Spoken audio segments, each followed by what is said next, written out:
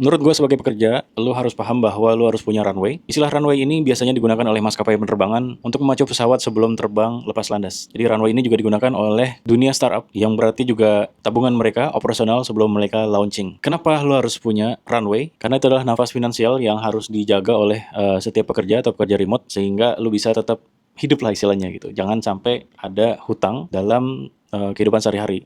Jadi misalkan gini, lu punya pekerjaan satu, dibayar misalkan $100 gitu ya, 1 juta lebih, 1,6. Dan dari sini, lu sisihkan untuk runway. Maksudnya apa? Ketika lu sudah kehilangan pekerjaan remote itu, lu tetap bisa hidup sampai runway tersebut habis.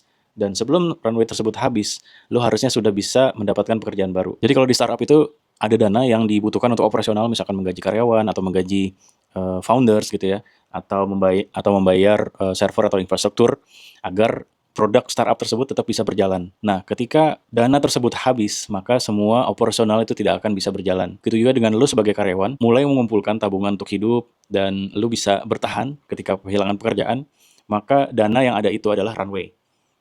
Jadi makin banyak dana, makin panjang runway lu sebelum lu bisa mendapatkan sumber penghasilan baru.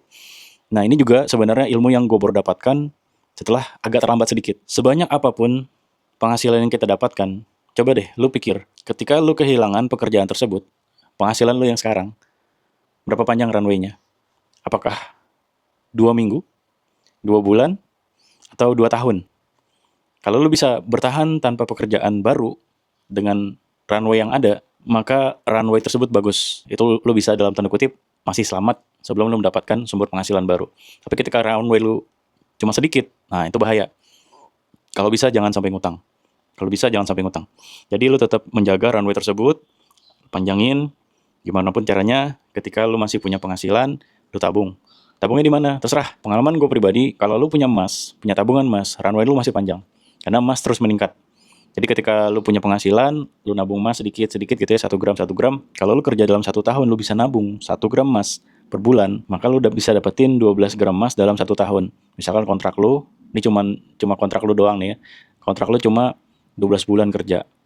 Tapi lu bisa di tahun depan lu bisa bertahan sekian bulan sebelum lu mulai mendapatkan sumber penghasilan baru. Nah, itu namanya runway. Jadi kira-kira gimana? Ngerti ya tentang runway? Mudah-mudahan teman-teman sudah mulai berpikir untuk punya runway sendiri dan bisa bertahan hidup ketika lu sudah mulai kehilangan pekerjaan atau sudah mulai tanda-tanda bahwa lu akan di cut off atau di lay off gitu.